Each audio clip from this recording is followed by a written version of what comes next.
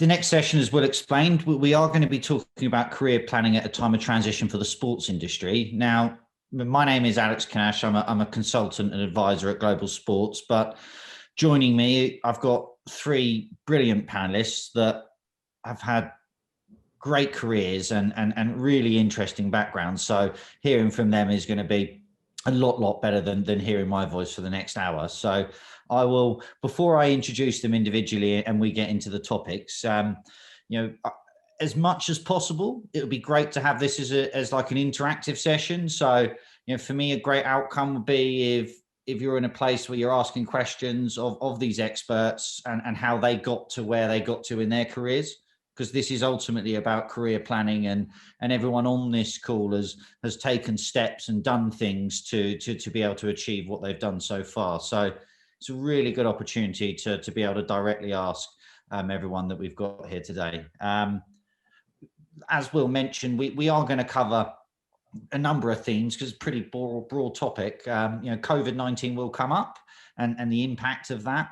But I think, beyond COVID-19, we are in a place of transition in the world anyway. I think, you were just talking about on the previous call, the fourth industrial revolution, automation, the impact of AI.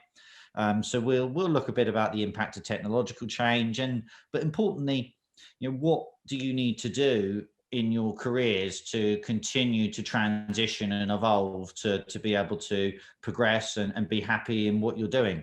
So let's get down to the experts on this. So joining me, I have Robert Wispelweij, who is the head of workforce management tournament events at FIFA. Robert leads the strategy and implementation of the workforce deployment for FIFA across their global major events. Of course, Qatar 2022 being one of them, but there are many others. He's got a wealth of experience in doing this, having performed it for a number of years for FIFA and at UEFA previously. So, thank you very much for taking your time out to come on here today, because I appreciate there's plenty going on in the planning side at the moment.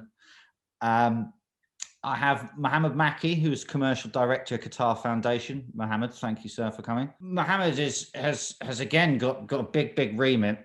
He's responsible for the commercializing and revenue generation across Qatar Foundation's assets, which include 8 universities, schools, retail parks, golf courses. There is also one of the Olympic stadiums is on the sites as well. So it's a big responsibility. And previously, as many of our panelists, he's transferred from other industries. He has worked at London 2012, and he holds numerous other board positions across the region. So thank you again for coming today. And last but by no means least, Bashir Mirza, Director in Programme Services for Supreme Committee for Delivery and Legacy. Thank you very much for coming, sir.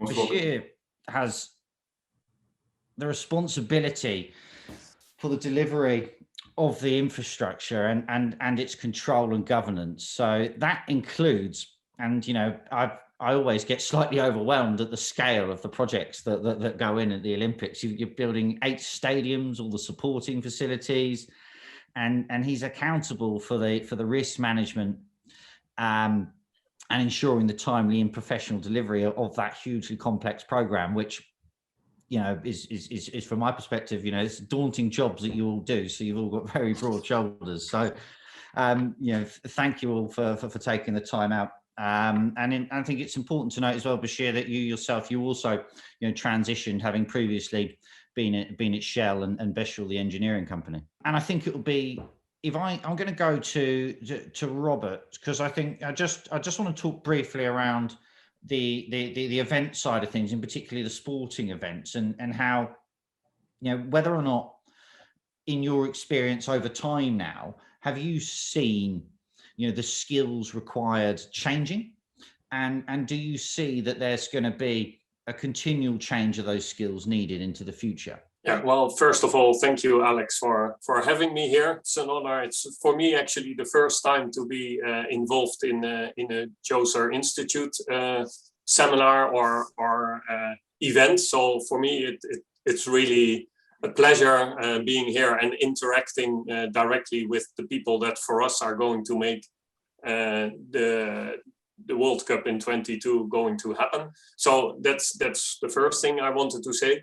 And yeah, in general, I do think that there's, especially from FIFA side, a huge change in the way we operate. As you probably most of you know, the model that was used to organize World Cups was what we called an LOC model, so local organizing committee, which basically meant that FIFA could remain very small. We had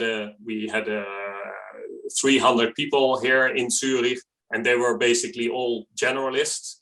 They didn't know a lot about how to organize a World Cup, in all fairness. I can say that now to my colleagues that are still here, but it's like that. And actually the people on the ground within the LOCs knew everything. But per definition, when we went to a host country, that host country had never organized an event of the scale of the World Cup that they were about to organize, actually. So the life cycle of a tournament on site from the beginning to the end was very long, because people had to learn, people had to also understand what FIFA actually was expecting without FIFA giving them a lot of guidance. So actually the organization was a learning organization. Now we see, and we have changed the model since, well, now 4 or 5 years, we are trying to change it. And we see that already with the great collaboration we have with the people in Qatar, that the period, the life cycle of a tournament becomes actually much shorter. More needs to happen within less time. And that requires really specialists in the different areas. So we have moved from generalists that know a little bit of everything and then steer the people that are actually doing the things on site to really have and look for specialists in the different areas that can hit the ground running from the moment that they are appointed to a position. And there's no room, or not a lot of room anymore, to learn along the way. So that I really see, and especially here then in FIFA, we have also doubled the number of people, and we are not hiring more generalists, but we hire specialists in the different areas. So that is the first thing, and it's not only for us, it's the same at the IOC.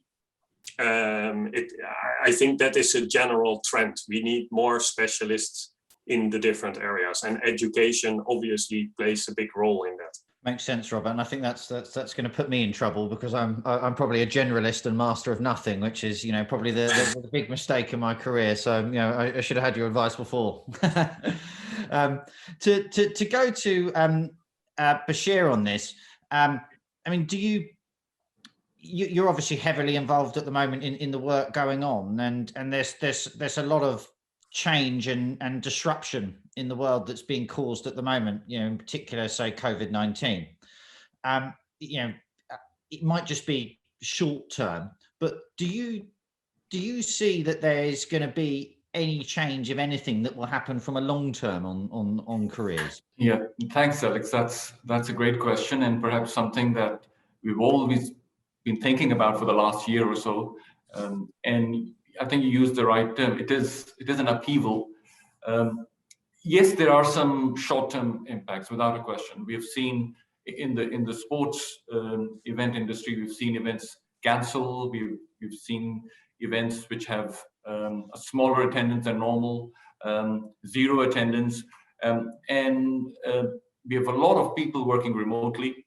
We have some people that we have hired who have never seen Qatar. They are in various parts of the world, and they are working from there.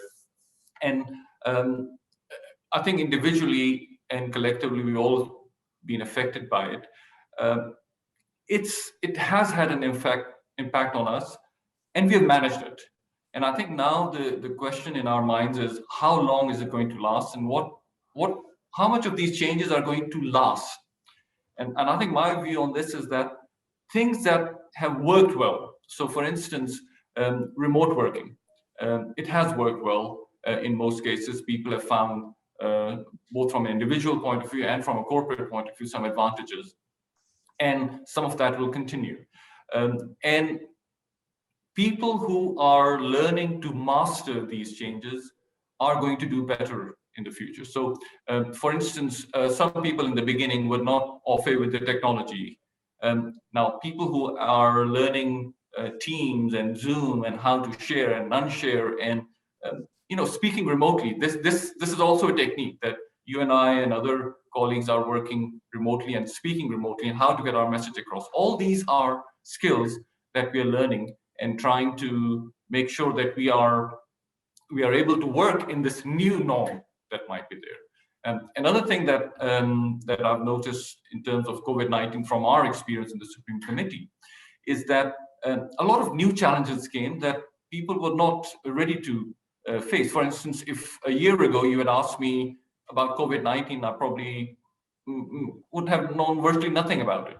So over a period of year, people who were linked with safety, for instance, our HSE people who are generally responsible for our well-being and safety, they got involved into that and started to learn more about it, got involved with the Ministry of Public Health, started training people on how to deal with it. So they evolved into a new role.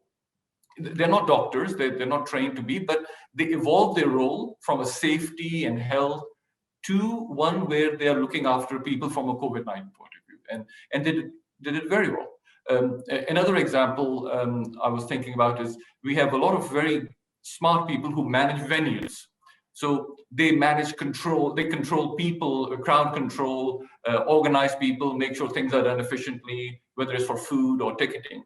Those people adapted very well when we started to have mass testing of people. So in our FIFA Club World Cup that we had recently, we made sure that everybody who bought a ticket also had to be tested for COVID. So those people adapted and did very well in managing those new challenges.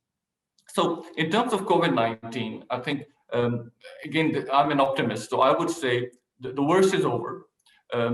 Let's learn from what we have done over the last year or so, and be prepared to adapt and change to some things that will change, not just from a medical point of view, because COVID may last for a bit longer, but also our work practices and how we think, how we manage crises, and how we can make sure business keeps going, people keep working, and the business of life keep moving on, and we're not beaten by this. I think that's very succinctly put. I would just touch briefly on that certainly the remote working bit and learning those new skills. For us at Global Sports, when we were going into lockdown like a year ago now, we were genuinely worried. How are we going to run and operate this business? Being right. apart and not in our office in London anymore. And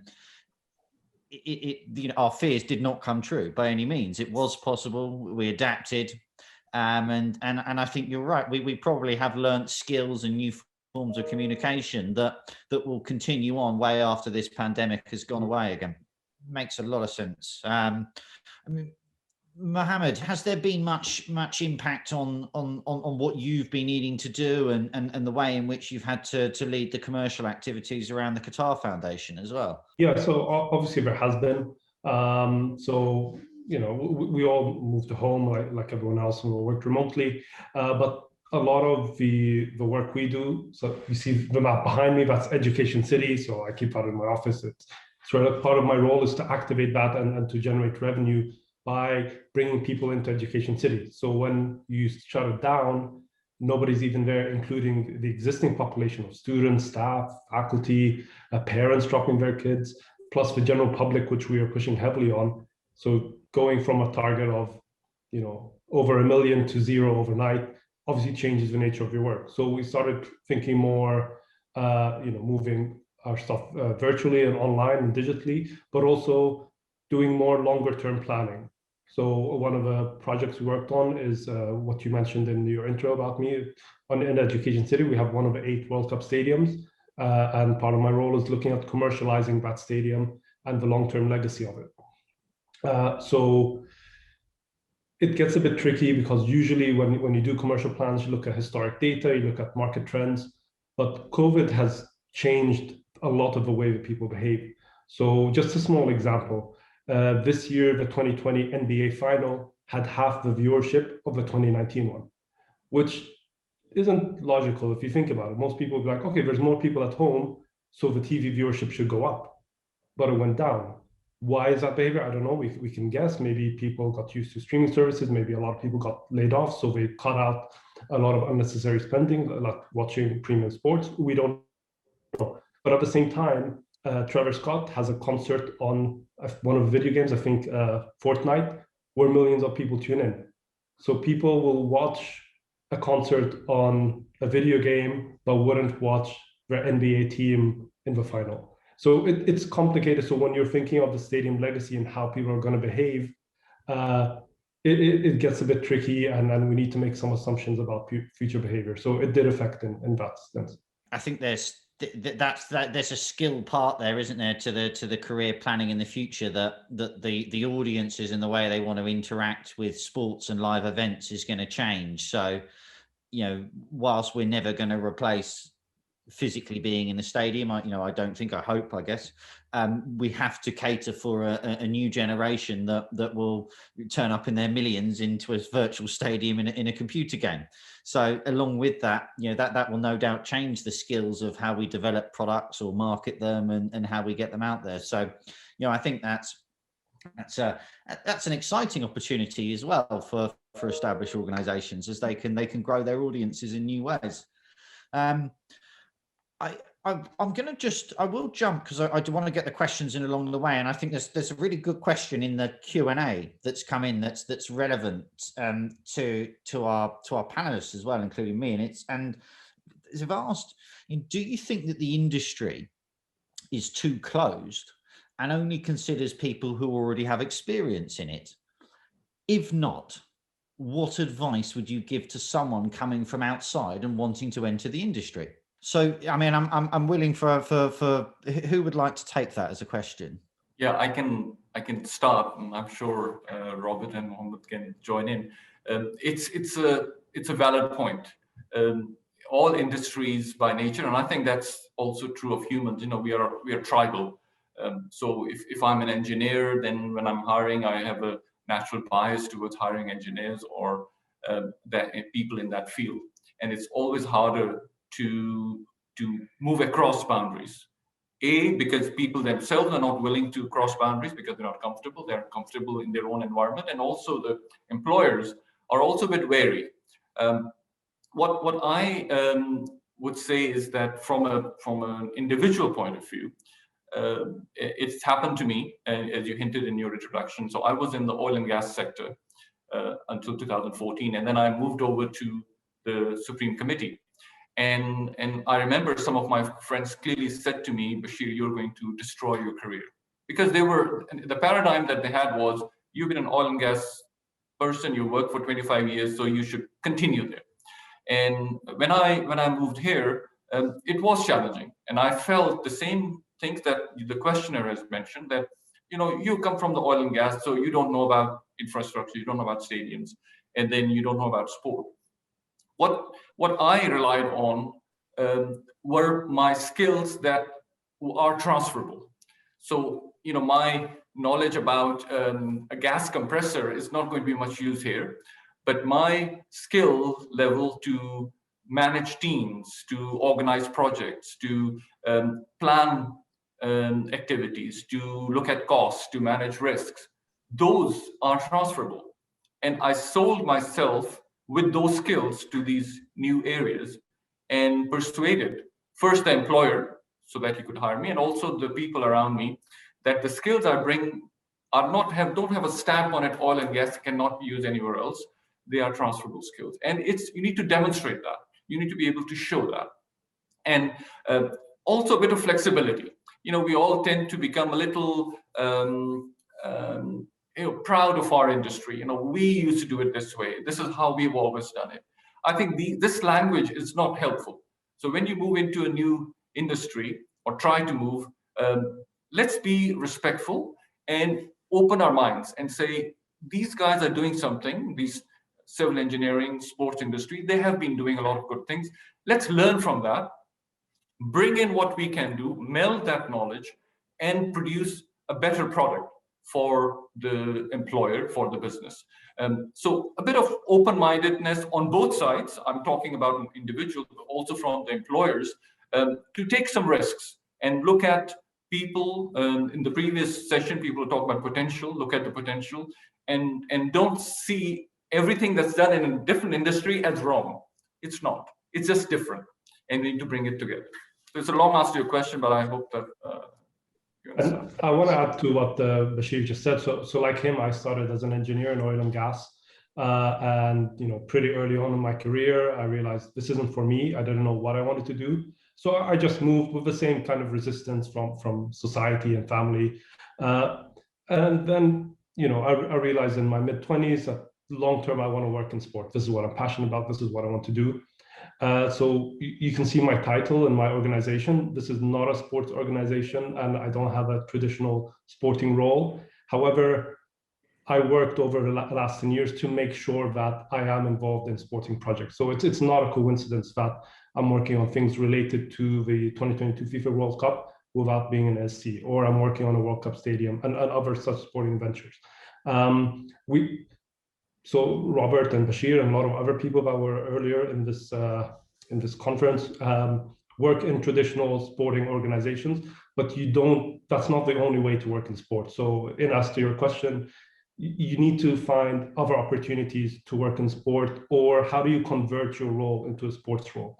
So that's, since I've been with QF since 2013, that's what I've been actively working on, is how do I start to slowly get into more of a sporting role? How do I find opportunities in the organization? How do I collaborate with people that are working in sports areas? And how do I look forward a few years in advance and see, okay, these are the projects that are probably going to come down the line. This stadium is probably going to be, the legacy of it is going to be an issue in 2023. I'm going to start from 2019 planning, or 2018 even, planning to work on this, starting a project, bringing people together, and actively making my role and transitioning my role for that. And as Robert mentioned, they wanted FIFA to go from a group of generalists to a group of specialists. I'm also kind of like Alex, a bit of a generalist, but that's what I'm doing now in this role, and that's what most people in their 30s need to do. So in your 20s, you can explore. In your 30s, it's really about building that critical skill set, so that in your 40s and 50s you can work in a specified function in a specified industry, and that's that's what you need to do now, is find what are those skill sets, what are those core competencies you want to show, whether you work in sport or not, and then it transfers, as Bashir mentioned, into the sports industry. The last thing I want to talk about as well is there's a lot of unpaid opportunities, and it gives you some exposure. You learn a lot about the industry, and it opens your network. So that's how I got introduced to Global Sports, who are organizing all this with Jasur, and with Jasur as well. I did 2 different unpaid projects. I just reach out to people. Sometimes people say no or don't respond, and sometimes they say yes, and something comes up. So the important thing is to try not to be obsessed about that one job that's online. Every job that's online has thousands of people applying to it. You don't give up. You try to convert your existing role or the existing organization you're in to help you get to where you want. And just remember, your career is 50 years long. And if you're just coming out of university, you might be working for 60 years. So there's always, we're obsessed with trying to do and succeed in our 20s. Succeeding in your 40s and 50s is still honorable and still something to aspire to. So don't give up, and continue working for the long run. Rob, I see you want to jump in as well. Yeah, no, I think I can completely relate to what the two of you already mentioned, and it's the best career advice I think that people can have is actually already, first of all, apply. Bashir mentioned people are afraid that indeed the business, any business, is very closed and only work based on network. Yes, it does play a role, but if you are afraid of it and don't even apply, you will for sure not get the role. And yeah, just a little bit of my history. I actually worked in the hotel industry for a Spanish 5-star hotel chain. And I saw the advert of the HR manager position at the UEFA Euro 2008 championship. And I applied, and indeed, people were saying, not so much you will ruin your career, that not, but basically you will never get it, because I didn't know anybody within UEFA. I didn't really know football. I didn't know anything about organizing an event of that scale. Anyway, but after a long process, I did get the job. So I always, when people ask me, well, first of all, how did you get in and how can I get in? Yeah, start with applying, because indeed you have the hundreds or in some cases even 1,000 applicants. But if you're not one of them, you will not get it for sure. So that's the first thing already. Yeah, and for us, but now I'm looking really at FIFA. It's actually super interesting to get people from all kind of businesses with completely different backgrounds and not telling us how we should do things. That's not necessarily the aim of our changing organization, but we need those new impulses to become actually better in what we do. Again, here in FIFA, but also in the entities that we create on a global scale. So we are really very open to people with different backgrounds. And we stopped long time ago with recruiting the people that we already know that tell us exactly the same things over and over again. That was okay for the last 114 years. Looking at the future, no, that's not going to work anymore for us. If I can just add one thought, Alex, if you don't mind. We talk a lot about, and this is especially for the employers amongst us, we talk about diversity and how diversity helps organizations. Diversity is not just about gender or race or ethnicity. Diversity is for thought as well. When you bring people from different areas, you bring a different way of thinking into your organization. And I think that's vital. So when Robert brought his hotel experience into UEFA, he brought something new into it, a different viewpoint. And I'm sure that would have benefited his work and his employers. And the same way as Mohammed brought his experience in. And unless we take a chance on it and have some faith in the people's ability to bring in different viewpoints, we won't move forward. And I think this applies both to the employers as well as to the people who move forward. Diversity of thought, that's important. I think you've all just given some brilliant accounts and pieces of advice there to everyone. Yeah, you really have. So it's where do we go from here in the talk? We'll but I would just add on top of what you said, as from the global sports view as well, including my own. So I also did transfer from oil and gas into the sports industry as it happened, and I guess there were transferable skills for what I did in terms of how to, I guess, manage and lead and how to market and sell products. I think there's a lot of functional skills and soft skills that move from industry to industry. And what you just said at the end there, Bashir, and how that different mindset can also add value to that other industry. Completely agree with that.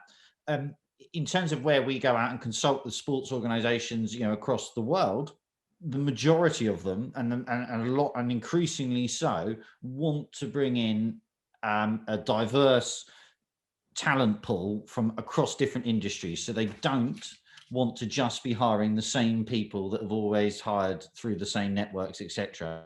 There is a real desire to open it up and to broaden who is coming in. And I've spoken to a number of them where they would say it's functional skills first and be good at your job, whatever that is, be it finance, marketing, sales, operations, and then love the sport second. That's a benefit, but you don't have to know football to create and organize a football event, for example. And I think so for everyone listening, I think there is always that opportunity, and I think everyone speaking has given brilliant examples of how to get going, build your networks, take opportunities when they're there, etc. I'll just jump to a question that Michelle's also posed to us. And what management skills do you see that actually cut across and are transferable from sort of sports, events, and hospitality sectors? So, I mean, just to Robert first, just as you made that jump from hotels, hospitality into sports. I mean, what do you see were the skills that just slotted in straight away for you, and what other ones can you see out there for our audience that are listening today? Yeah, so what made the switch a bit more logic for me was well the surface approach that we have in both industries actually. So at the end, UEFA and now FIFA, we are an event company. At least a big part of what we do is related to organizing events, which happen to be football tournaments. It's for the real football fans, that sounds maybe a bit dry, but it is what it is. And there are many comparable organizations that organize big events. I always take the World Economic Forum as an example. If I look at the roles that they are proposing, 80% is exactly the same. It's in security, it's in guest management, accreditation, transportation. All those roles are pretty similar. Only our events happen to be football tournaments. And if you then look at what skills are required to perform well in those roles, well, it's very much the willingness to learn, to innovate. So the lifelong learning was mentioned just before. Yeah, that is super interesting and or important in our business. You can't stand still, and the world is developing so fast.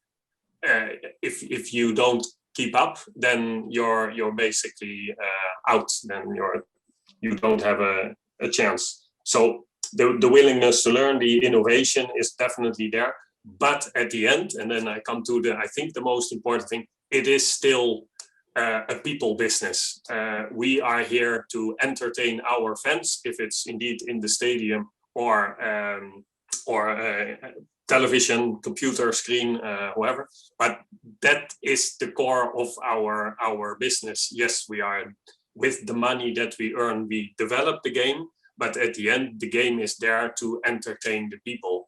And that we need to keep in the back of our minds, or maybe even the front of our mind, all the time. For who do we actually work? And that's for the sport fans. It's not for us. It's not for the member associations. It's not for FIFA, definitely, but it's for the fans. And that needs to be everywhere. In everything we do it for the fans. And if you have that mindset, so it's not for you, it's not for my employer, it's not for the players, but it's for the fans, then I think you have already a very good chance. If you can give that message, if you are in an interview with somebody from FIFA, I'm not saying you're already halfway in, because it's still also about the hard skills and the technical skills. But that attitude is very important and very dear to me, at least.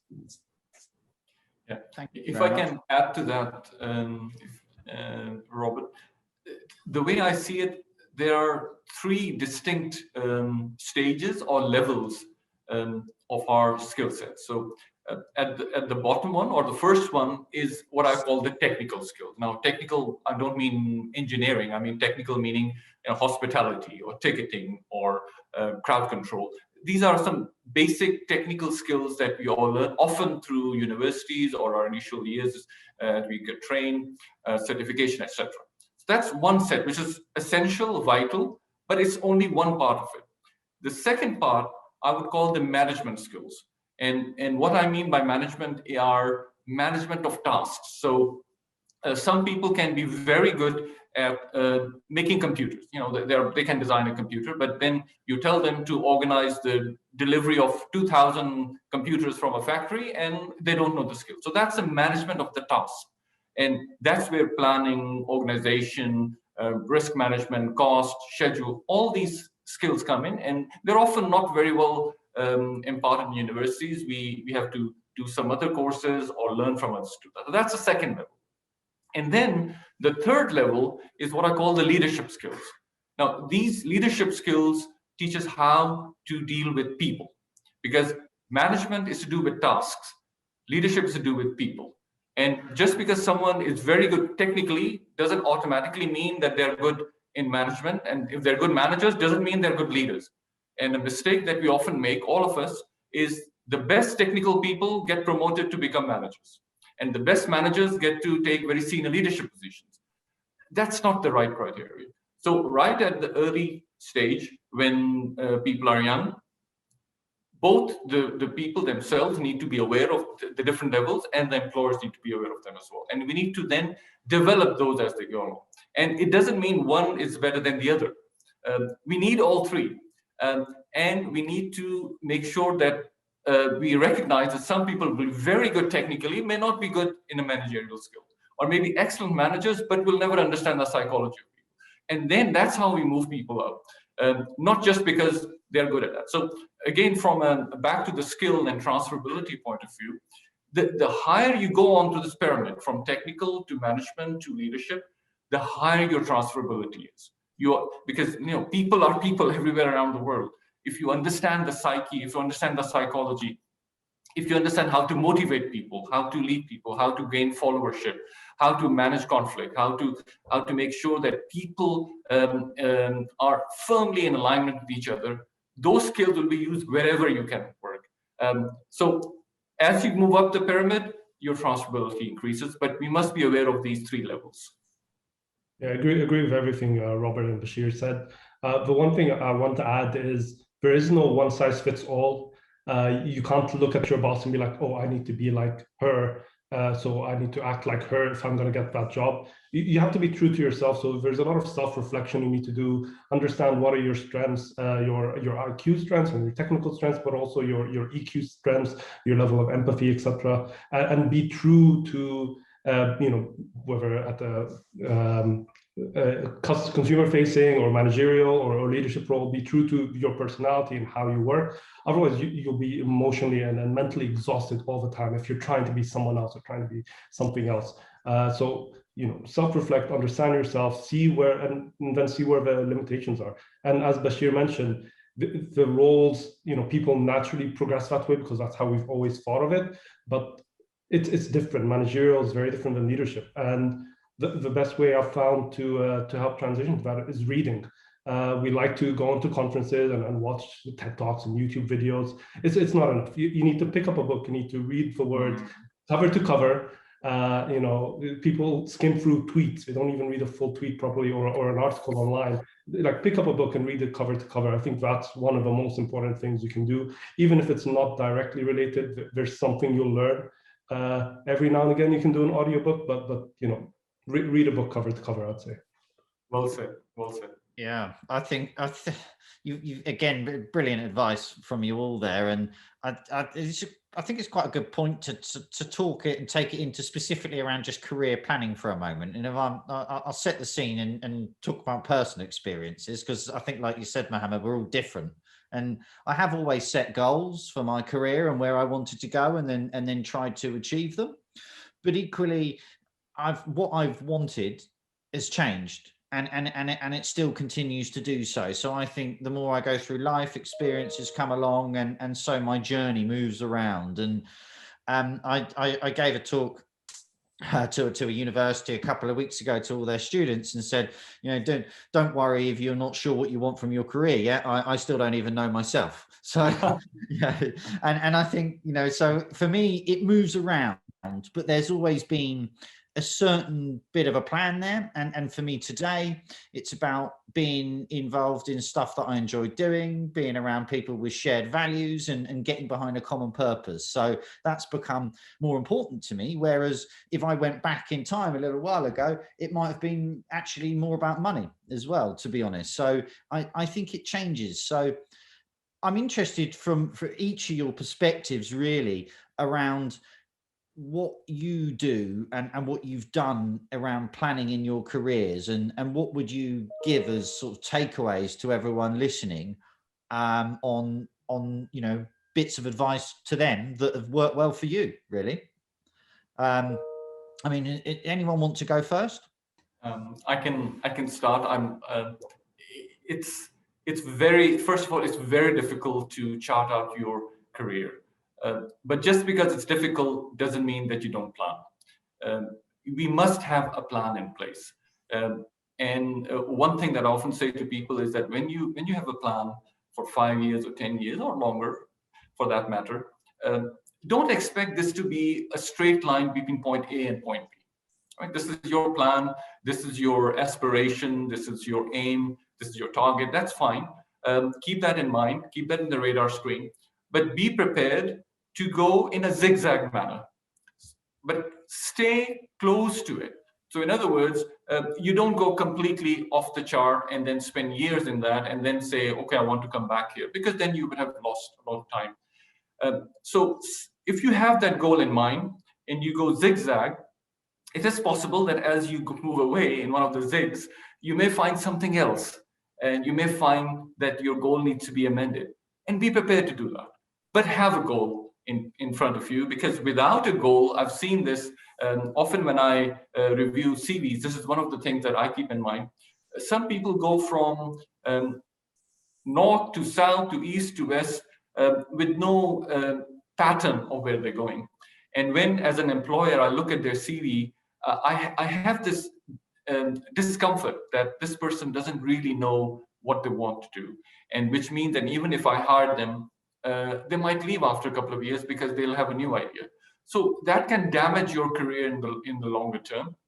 Right at the young age, set a target, a broad enough target that you have a reasonable chance to meet, and stay close to it.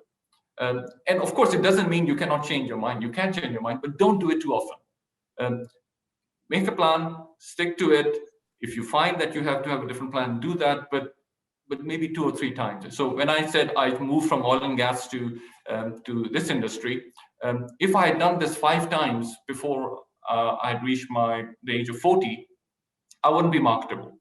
So maybe a convoluted answer to this question, but in brief, have a plan, be prepared to change the plan, but stick as close to it as possible, even though if you have to go zigzag.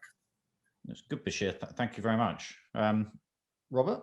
Yeah, so if I look at my own plan, I would never have dreamt or drawn out the career that I have now. UEFA was really was almost like a joke at the time to apply there. I never thought I would enter the industry and get the job. But my plan was, when I left university, I was actually one of the last, as we call them in Holland, eternal students. I loved university, to be honest. So I decided to spend a lot of time there, doing a couple of studies partially at the same time. But I was a bit afraid, I think, also to jump into the working world. But the only real ambition that I had was to work abroad. And obviously now working at FIFA, I see how important it is to have experience in another country. It doesn't need to be the other side of the world. It can be in your region. That's what I decided to do. My first move was to Belgium from Amsterdam. It's like, 3 hours by car. So it doesn't need to be a huge step. But changing environment, speak potentially another language, obviously that then comes in place, and I think that is actually also very important. But take that step out of your comfort zone by surrounding you with another culture, with other people that speak a different language. I think actually in our industry especially is very important, and I would say, well, that was my plan. And it actually worked out for me as well. And I would recommend it to everybody. So it's not only my advice to students now, but it's also what I live with my children. I continued moving them around. They are now between 18 and 15. I think that is a very important experience at a young age, and that helps you afterwards. Well, have the openness towards other cultures, other people that think differently, that have a different accent, but it's a way of thinking. And if you can have that by making the first step, go to your neighboring country, I think that is of a huge value. If I look at the CV, that for me is very important. And it can be as simple as volunteering at Global Sports Jobs or wherever. So it doesn't necessarily need to be a paid position, but offer your services in another country. I think that looks very well on a CV. Yeah, I kind of disagree a little bit with Bashir. I think moving around is not the end of the world right now if you're in your 20s. I think the current way the world is, our careers, you know, if I'm not in my 20s, but if you are in your 20s, your career is going to be a lot longer than everybody else that's on this call, just because naturally you're going to live longer. You no longer have a pension protection and the financial protections previous generations had. So exploring a bit in your 20s is not too bad, but I have to caveat and make something really clear. I'll still see your CV and I'll be okay with it. But if you've gone exploratory with no real plan, you'll only be considered for entry-level positions. So as long as you're willing to be in your late 20s and start from the beginning, you know, allowing yourself a few years to explore and try different things out before you figure out, as Bashir mentioned, what your plan is. But you need to really be entering your 30s with a plan. But you be 6-7 years behind everybody else when you start off, which is not the end of the world again. But maybe you'll catch up later on because you would have explored different things in your youth. You would have maybe tried a business or done a random master's degree or traveled in a different country. And that experience later on in your 40s will pay back, even though your starting position would be lower. So don't be afraid to explore, but just know that when you get into the workforce, people aren't going to see 6 years of experience. They're going to see 0 years. So you'll be starting a bit behind. And just, you know, in terms of the question Alex asked, practical advice that I received, this was a few years ago. Someone told me to put together, you know, a 6 to 8 week plan of how I can, you know, try to get into the sports industry. So my plan was every day I'm going to set up a 15-minute call with somebody that I know that's either in my direct or indirect or second degree network from LinkedIn. I just shoot them a message, say, hi, I want to call you for 15 minutes. I want to talk about 3 things. I want to, you know, hear about your journey. How did you get into sport? I want your advice on you know, what people want to get into sport are, and generally, what do you think about the industry? And you have to make it about them. People love to talk. That's otherwise conferences like this would never happen. People love to give advice, and you know, if you can utilize that and you know, get people to be like, oh, here's someone who wants to hear what I want to say. They'll say 15 minutes, I can give you some of that time. You'll get a lot of no's, you get a lot of people not responding to you, but you know, you will also get a lot of yeses. And as long as you're flexible with your time, I've spoken to people in California, which meant I had to get up at 5 a.m. to get on that 15-minute call. And so but don't make it longer than 6 to 8 weeks. Otherwise it gets exhausting. It's going to tail off. Try to really compress it. Reach out to those people. Look on LinkedIn. There's a lot of names of people, you know, in this whole, not just this panel, but everything Jasur's put up. So you already have names there. Reach out to them. Half of them or more would say no. But the ones that do say yes, you're going to learn a bit about what they do. You're going to learn a lot about the different types of roles and companies there are in sports. Sports is very broad, and also different journeys, not just, you know, the 3 or 4 people talking today. Thank you very much. And I think like I'd agree a lot with that in terms of like be curious and find out and actually speak to people, and you will find that they will come back. And that doing what you've just described there has worked very well for me in my career as well. That, you know, you can reach out, people will talk to you, you build your network, you know, be nice and be professional, and things will go in the right direction. You know, the other point with the moving around bit, I think, you know, from my perspective, there's a difference between, I guess, moving around to learn skills and develop yourself and coming across like you're drifting and a bit lost. I think so.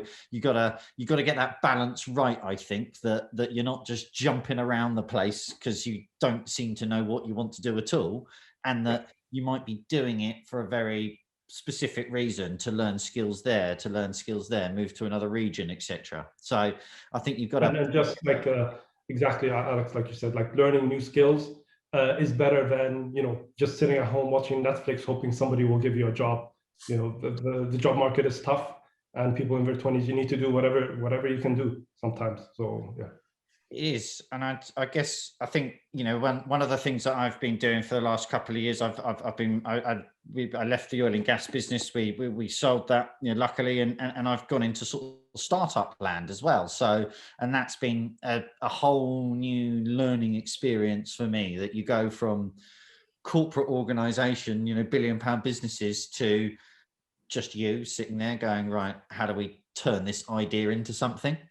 And it's been amazing to have to do all the things that you guys have almost talked about. You've got to go out there, meet people, tell them what you're doing, try and get people on board, talk to them in the right way, and get something off the ground. And I think what I've done to do that was be humble and learn a lot and read a lot as well. So there's a whole new management style or methods that you apply, for example. So we've got a question here, and they said wonderful advice and insights. So to you know, to thank you to all, but they've also asking what the best book anyone's read this year.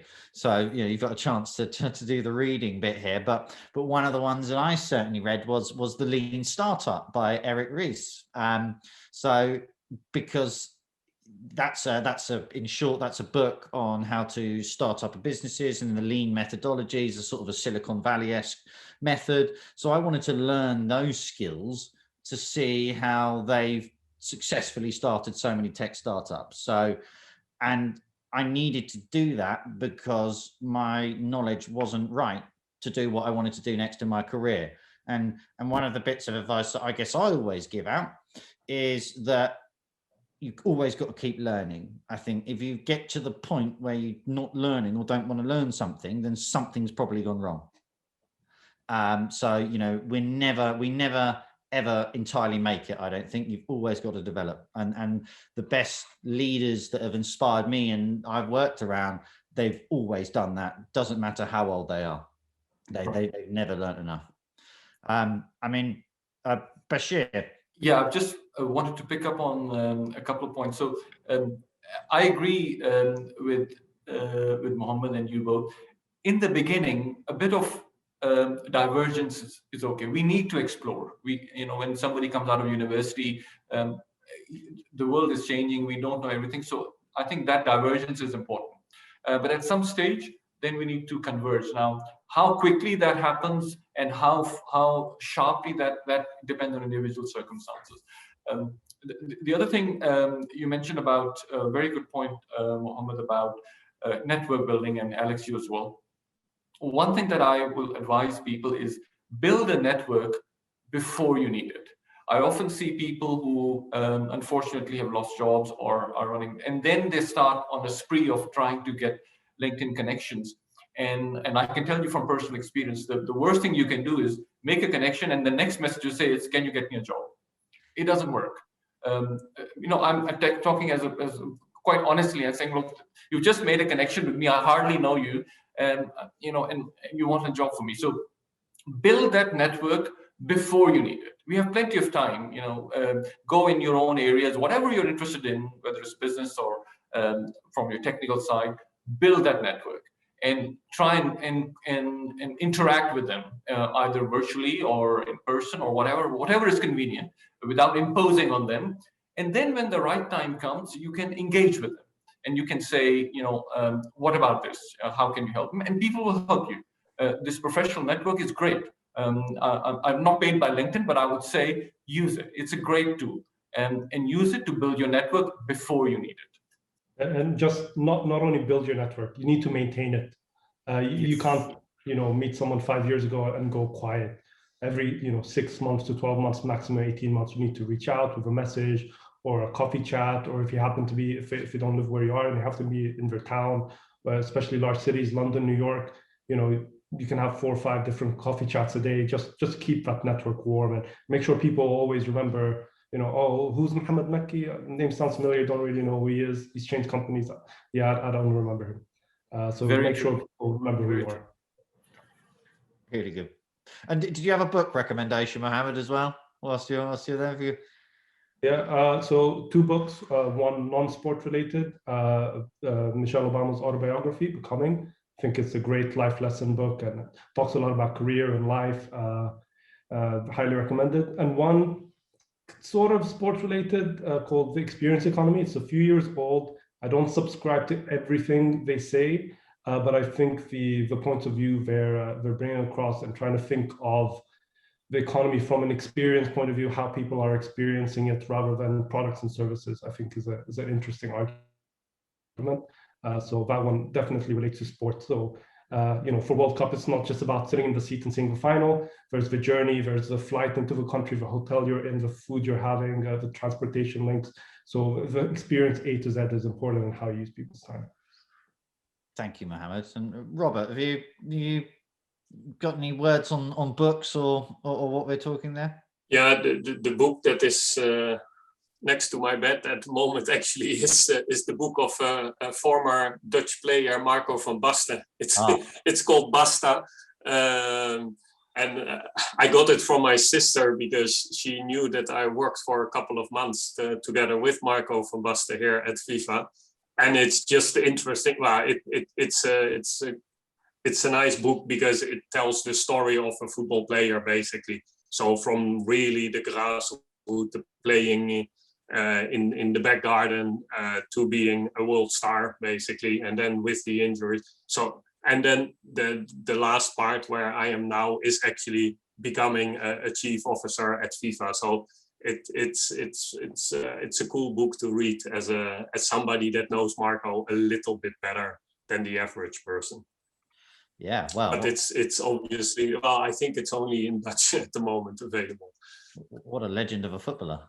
And Bashir, yes. Have you been able to read anything lately?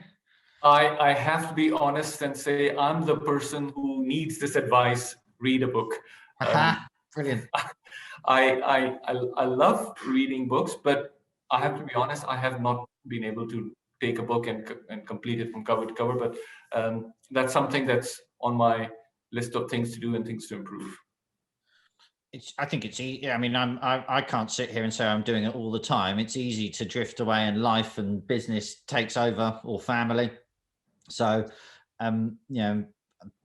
hopefully that we've had some recommendations there for you that might be good. I'm making notes. Marco van Basten. Basta. Yeah. I think we're a minute over time, I'm afraid. So, I mean, that's gone very, very quickly, but from my perspective, thank you so much. I think what the advice and insights you've offered have been brilliant, genuinely, really, really brilliant. So thank you, Mohammed, Bashir, and Robert, and for your time this morning. Or it's probably lunchtime around, isn't it? Afternoon now. So I would conclude, by saying to everyone that's been listening that your experiences that you're learning right now in developing the infrastructure and everything that's needed to deliver the World Cup is an amazing project to be involved in. But by any standard, it's up there with anything. And so you're right now you're developing an amazing starting point in your CV, and if you go towards taking some of the advice that's been given to you today and even be putting that into place now, you're going to have some wonderful opportunities out there around the world, and the businesses will be there and willing to listen and hopefully help you develop your career into the future. But best of luck with doing everything for Qatar 2022. I'm personally looking forward to it. It's an opportunity for England again to try and win the World Cup, which is not gone so well in the last few decades. And you've got you can see my name and my details. If you want to reach out and say hi on LinkedIn, I'm more than happy to connect and to connect you into the Global Sports Network and see how we can help you out in the future.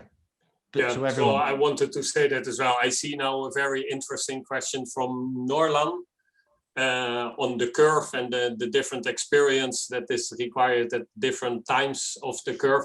I'm very, very happy as well to connect with people a little bit in line what Mohammed said. Take 15 minutes to talk with people So please reach out on LinkedIn or otherwise. And I'm happy to talk about the recruitment curve, because that's one of the things that keep me busy a lot, not only for Qatar, but now also the Women's World Cup and already 26. So whatever experiences people can bring to me there as well, I'm happy to take it. So thank you for having me, and please reach out if possible. I think I would echo what Robert is saying for the audience. Please connect with me on LinkedIn. And this is such a vast field, and there's no right or wrong answer. We're just sharing our experiences with you, and then you have to make up your own mind as things go. Please connect, please ask questions, and we'll be happy to help in any way we can. Same here, same for me. Thank you all.